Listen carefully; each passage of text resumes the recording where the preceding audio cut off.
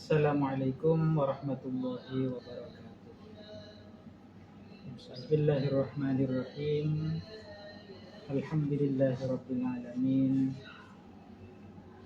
Ahmaduhu subhanahu wa ta'ala wa bi tariqil qawim wa faqahana fi dinil mustaqim.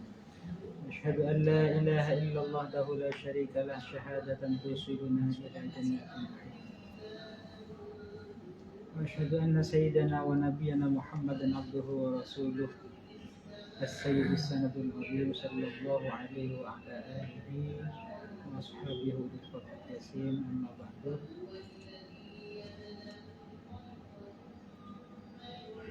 Alhamdulillah, di pagi hari ini kita kembali bisa melanjutkan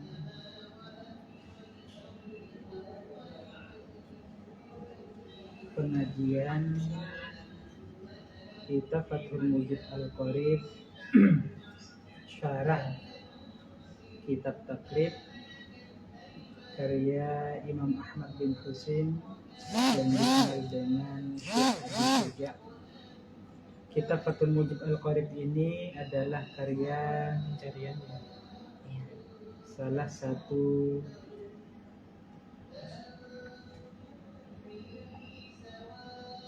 pengurus syuriah PBNU, yaitu Kiai Haji Afifuddin Muhajir, di mana pada hari ini kita akan memulai kembali dari Kitab Ahkamis Shalah.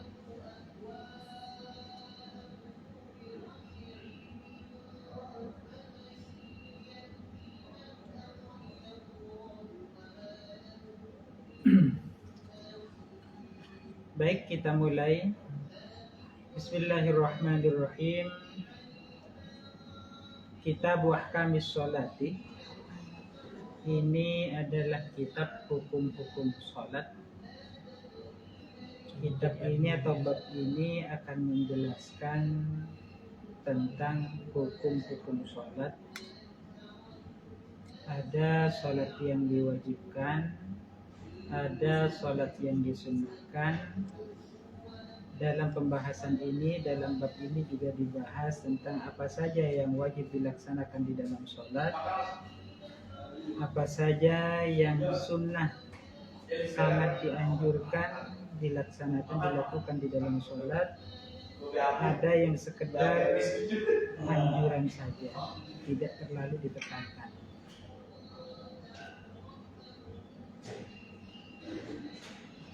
Hiya lughatan ad-du'a'u. Hiya adapun sholat lughatan menurut bahasa, ad-du'a'u adalah doa. Sholat menurut bahasa adalah doa.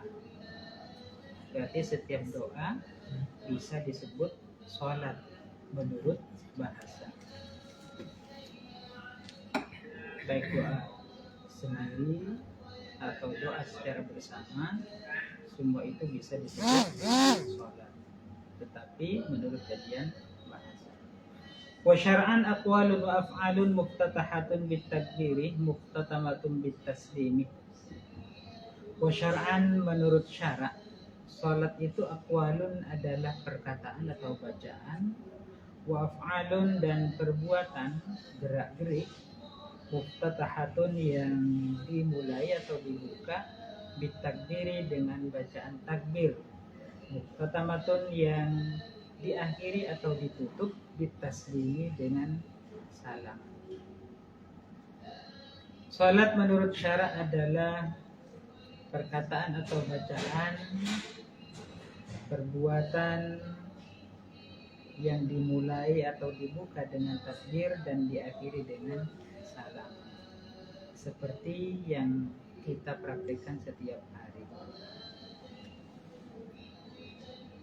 Wa'lam anna sholata imaduddin. Wa'lam, ketahuilah, anna sholata sesungguhnya sholat, imaduddin adalah tiang agama.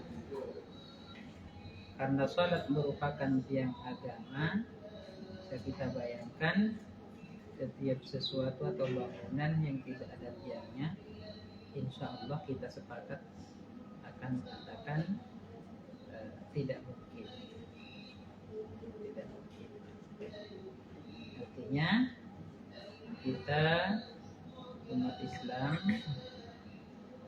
betul-betul menjaga sholat. Ketika sholat tidak dijaga, maka besar kemungkinan agama pun akan ikut hilang. Wa ajallu arkanil islamil khamsati, dan paling agungnya rukun-rukun Islam yang 5 ba'da syahadataini, setelah dua kalimat syahadat. Wa mahalluha minad dini mahallu ra'si minal jasadi. Wa mahalluha, adapun posisi salat, minad dini dalam agama, mahallur ra'si atau dibaca mahallur ra'si minal jasadi adalah seperti posisi kepala, minal jasadi dari jasad. Salat diibaratkan kepala bagi jasad. Apabila jasad tidak memiliki kepala, kita sepakat bahwa jasad itu tidak akan hidup.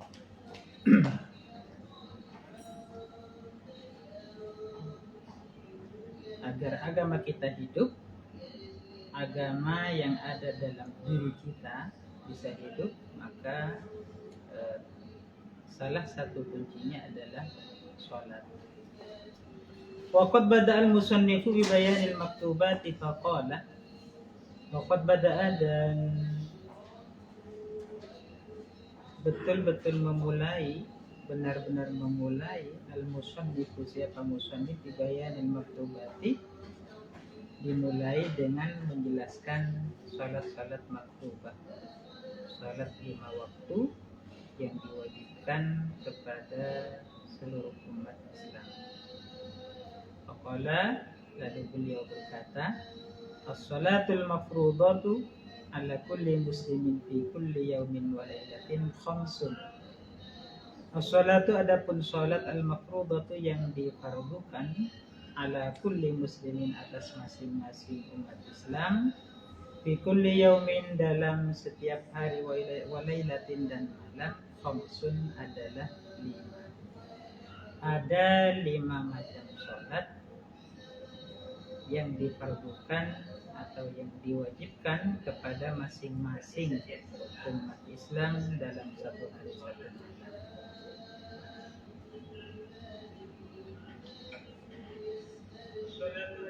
Walamma kanatiz zuhru awwala salatin dhaharat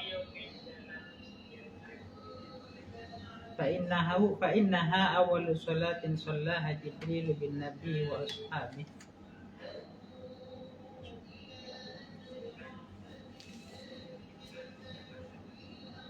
Bada'al musannifu biha faqala. Walamma kanat, dan berhubung ada, az-zuhru, apa salat zuhur, awal salatin, adalah pertama kalinya salat, dhaharat, yang nampak. Fa innaha awwalu salatin shallaha Jibril bin Nabi wa ashabihi. Salat zuhur adalah salat yang pertama kali dilakukan oleh malaikat Jibril bersama Nabi dan sahabatnya. Bada'al musannifu biha, maka musannif memulai biha dengan salat zuhur. Faqala, lalu berkata siapa musannif, salat zuhur adalah salat yang pertama kali dilakukan oleh Nabi, oleh malaikat Jibril bersama Nabi dan sahabat-sahabatnya. Kalau dalam keterangan lain ada yang mengatakan salat yang pertama kali dilakukan oleh Nabi adalah salat subuh, tetapi hanya dilakukan oleh Nabi dan malaikat Jibril. Salat zuhur adalah salat yang dilakukan oleh Nabi bersama Jibril dan bersama sahabat-sahabat. Karena salat zuhur adalah salat yang pertama kali dilakukan oleh Nabi dan sahabat-sahabatnya, maka musannif memulai dari salat zuhur untuk dijelaskan. Faqala, lalu berkata siapa musannif, az-zuhru, salat zuhur, ini yang pertama. Wa awwalu waqtiha zawalu syamsi, adapun pertama kali waktunya salat zuhur atau awal waktunya salat zuhur, zawalu syamsi, ialah condongnya matahari, ay mailuha, condongnya matahari, an wasatis samai, dari posisi tengah langit, tentunya condong ke arah barat. Wa yusamma bulughu syamsi ila wasatis samai halatal istiwa'i, wa yusamma, dan dinamakan, bulughu syamsi, apa sampainya matahari, ila wasatis samai, ke tengah-tengahnya langit, halatal istiwa'i, kepada keadaan istiwa. Ketika matahari pas berada di atas, lurus, tidak condong ke arah selatan, ke arah timur atau ke arah barat, itu disebut istiwa. Kemudian setelah matahari condong ke arah barat, melewati tengah-tengah langit, otomatis waktu sholat zuhur sudah masuk.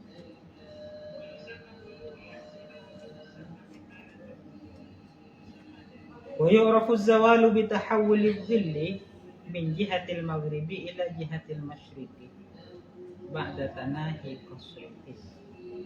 Wa yu'rafu, dan diketahui, az-zawalu, apa condongnya matahari, apakah matahari sudah berada di barat atau masih belum, artinya sudah condong ke arah barat atau masih belum. Itu bisa diketahui bitahawili dhilli, dengan berpindahnya bayangan, min jihatil maghribi, dari arah barat, berpindah ila jihatil masyriqi, ke arah timur. Ketika bayangan sesuatu sudah pindah ke arah timur, berarti mataharinya sudah pindah atau bergeser ke arah barat, sudah melewati wasatus sama, tengah-tengah langit. Ba'da tanahi qasrihi, setelah selesai atau berakhirnya bundaran matahari. Artinya matahari betul-betul berada di arah barat. Kalau masih pas di tengah, separuh ada di timur, separuh ada di barat, otomatis bayangan sesuatu tidak akan bergeser ke arah timur. Kalau seluruh bundaran matahari sudah berada di arah barat, maka bayangan sesuatu juga akan bergeser ke arah timur. Itu masuknya waktu sholat zuhur. Jadi waktunya sholat zuhur dimulai dari berpindahnya bayangan ke arah timur atau condongnya matahari ke arah barat. Wa akhiruhu ay waqti dhuhri, wa akhiru, adapun akhirnya waktu zuhur, ay waktu dhuhri, waktu zuhur, idza shara dhillu kulli syai'in mithlah. Idza shara, apabila jadi, dhillu kulli syai'in, apa bayangan setiap sesuatu, mithlahu, ialah seperti sesuatu itu, fil qadri wa tuli, dalam ukuran dan panjang. Apabila bayangan sesuatu sudah menyamai bendanya, maka disitulah akhir dari waktu sholat zuhur.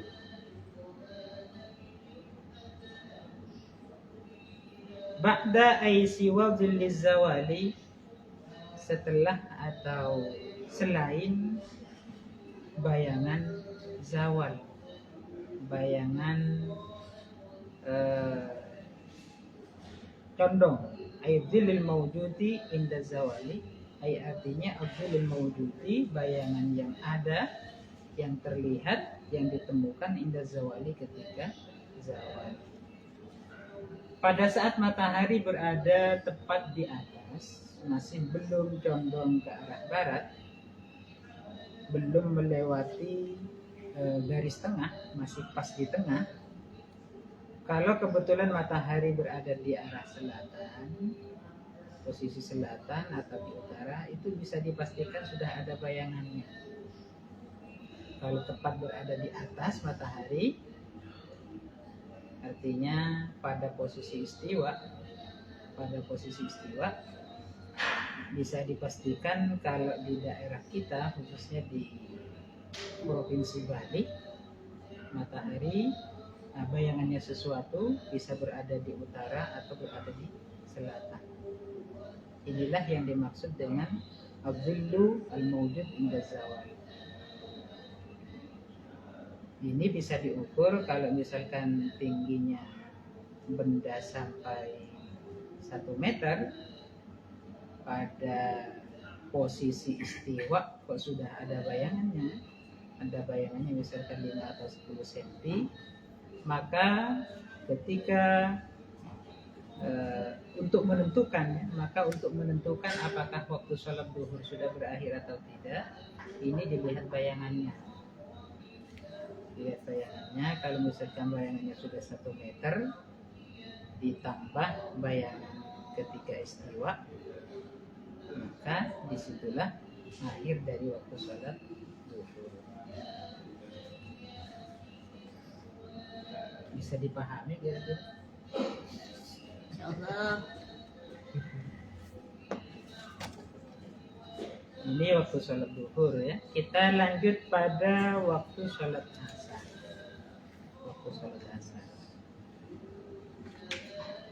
Wal asru wa sumiyat bidzalika li mu'asharatiha waqtal wurubi. Wal asru, sholat yang kedua adalah sholat asar. Sholat asar wa sumiyat bidzalika li mu'asharatiha waqtal wurubi. Kenapa waktu sholat asar itu diberi nama asar?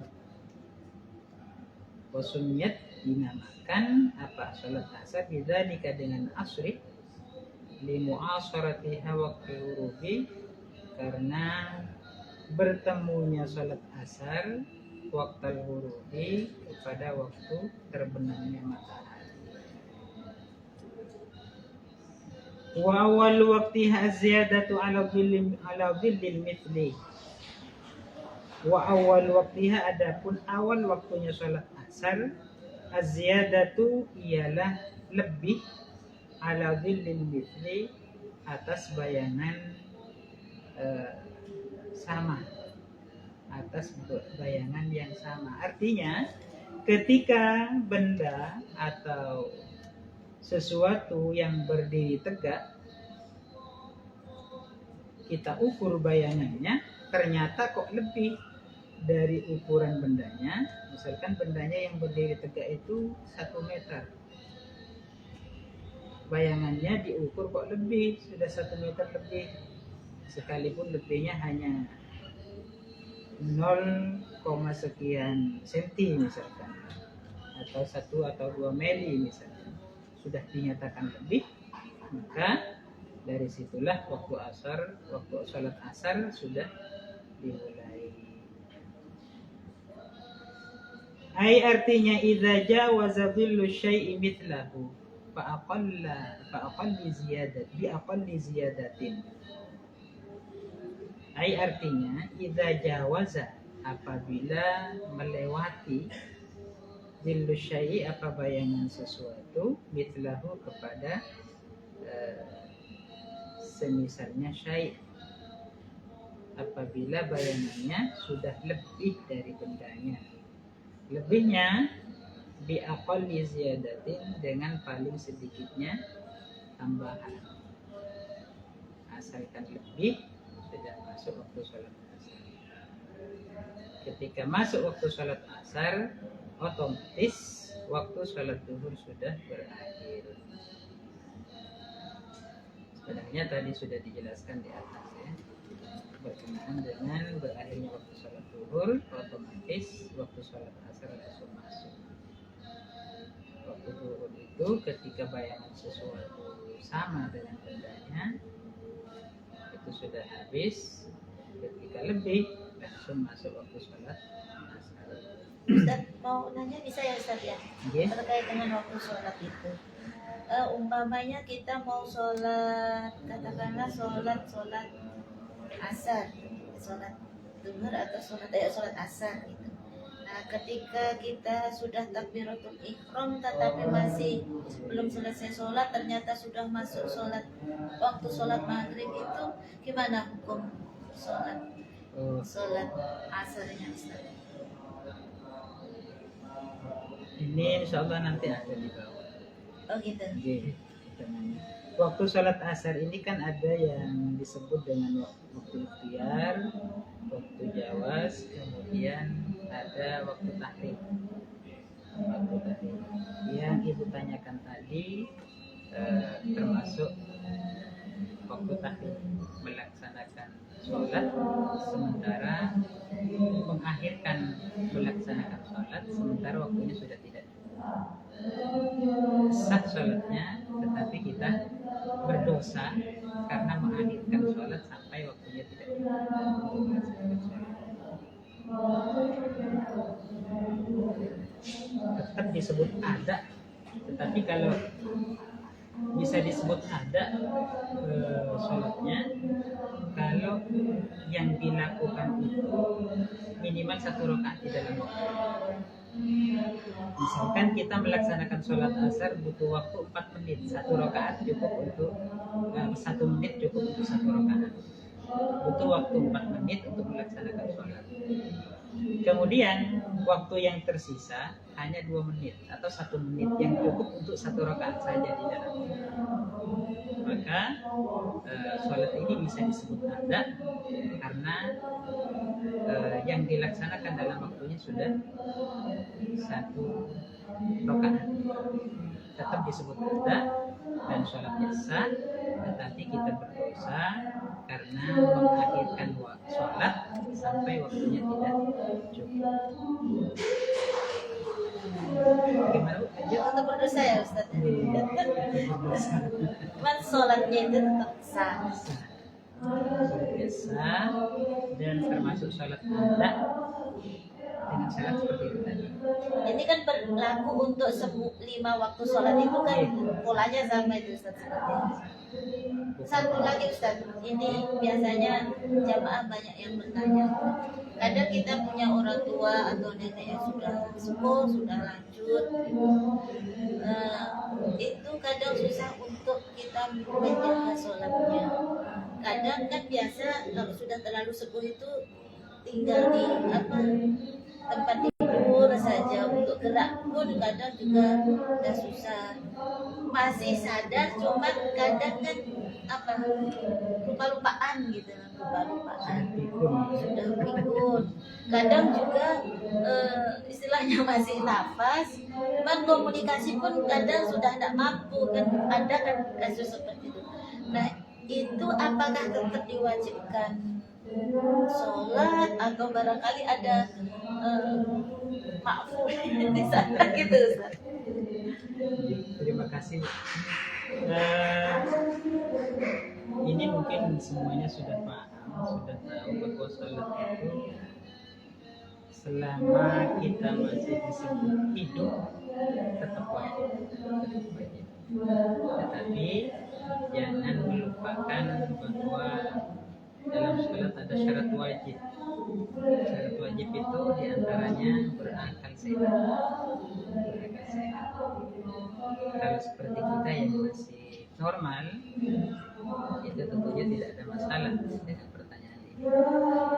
Bagi mereka, beliau orang tua kita, kakek-kakek kita yang sudah lanjut usia, itu ada sebagian yang mengalami gangguan dalam pikirannya, yang kadang-kadang sadar akan kewajiban melaksanakan sholat, sadar bahwa waktu sholat sudah masuk dan semacamnya.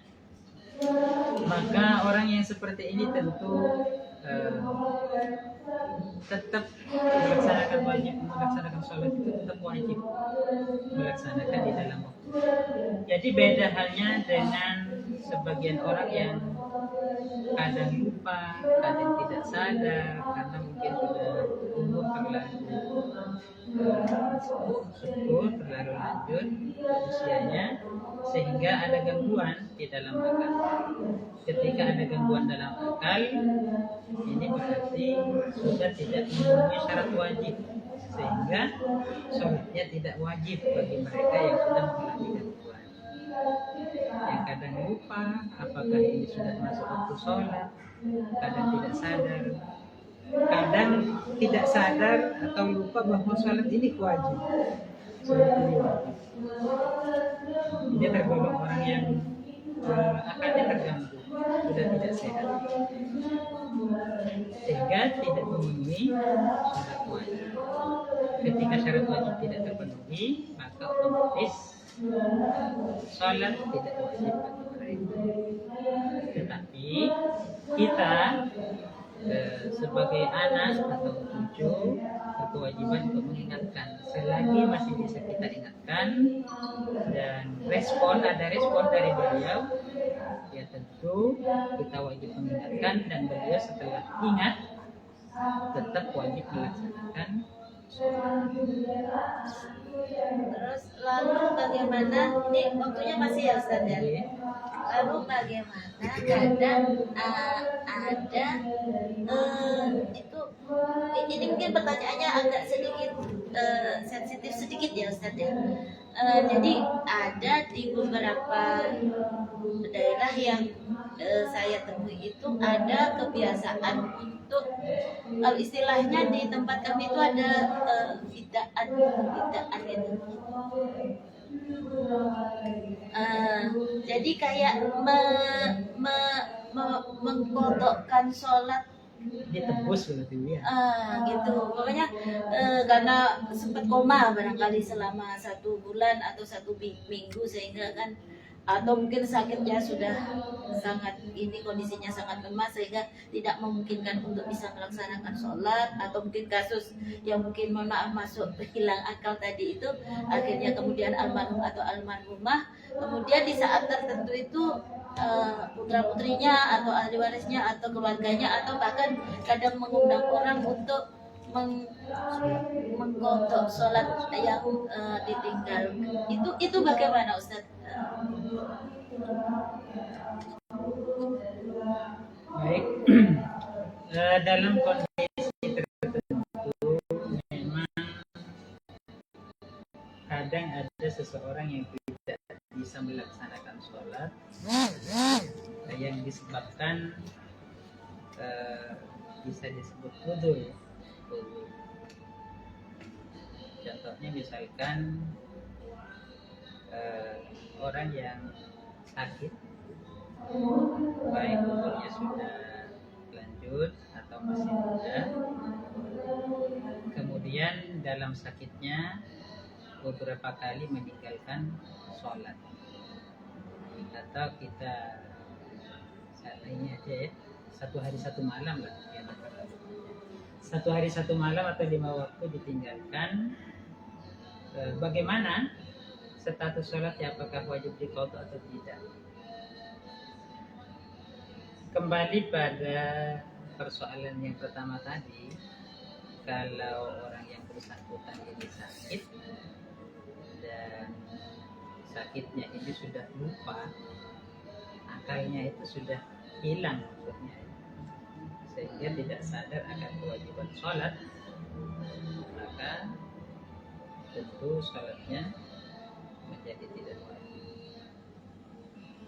Beda halnya dengan orang yang sakit, punya tanggungan melaksanakan sholat, punya kewajiban melaksanakan sholat, akalnya masih sehat, andai kata dia akan melaksanakan sholat bisa, sekalipun sholatnya dengan isyarat, misalnya dengan isyarat tanpa gerak gerik misalkan, atau menjalankan sholat di dalam perasaannya, ini tetap dikenai kewajiban melaksanakan sholat. Kalau misalkan meninggal dunia sebelum sempat melaksanakan sholat, maka status sholatnya ini wajib diqadha atau tidak? Jawabannya, sebagian ulama ada yang menjelaskan di dalam kitab Fathul Mu'in, di situ di awal ada penjelasan tentang persoalan ini. Ada ulama yang mempersilahkan terhadap keluarganya, terhadap ahli warisnya untuk mengqadha. untuk mengqadha salat yang ditinggal. Kalau memang tidak akan diqadha ya juga tidak apa-apa. Ada sebagian juga ulama yang memperbolehkan mengganti qadha salat dengan tebusan. Artinya semacam fidyah, bayar fidyah sebagai ganti dari salat yang ditinggal. Jadi saya tidak bisa menyimpulkan apakah wajib mengqadha atau tidak, hanya bisa menyampaikan apa yang disampaikan oleh ulama. Memang ulama berbeda pendapat. Ada yang mengatakan boleh diqadha dan itu pernah dilakukan oleh sebagian ulama juga. Ada yang perbolehkan ditebus atau diganti dengan fidyah. Itu saja mungkin. Sebenarnya masih banyak ini Ustaz pertanyaan-pertanyaan, mungkin durasinya ya ini ya. Insya Allah mudah-mudahan dalam waktu bisa disambung ya Ustaz ya. Dan mudah-mudahan ini juga mewakili dari problematika pertanyaan-pertanyaan yang ada di jamaah. Terima kasih ya Ustaz. Ya, sama-sama. Sudah cukup? Cukup. Mungkin bisa ditutup Ustaz. Baik, terima kasih. Kita cukupkan sampai di sini. Semoga apa yang menjadi pembahasan di pagi hari ini menjadi tambahan ilmu yang bermanfaat dan barokah. Amin. Hadanallahu wa iyyakum ila shiratal mustaqim. Wallahu al-muwaffiq ila aqwamit thariq. Wassalamualaikum warahmatullahi wabarakatuh. Waalaikumsalam warahmatullahi wabarakatuh. Perbedaan.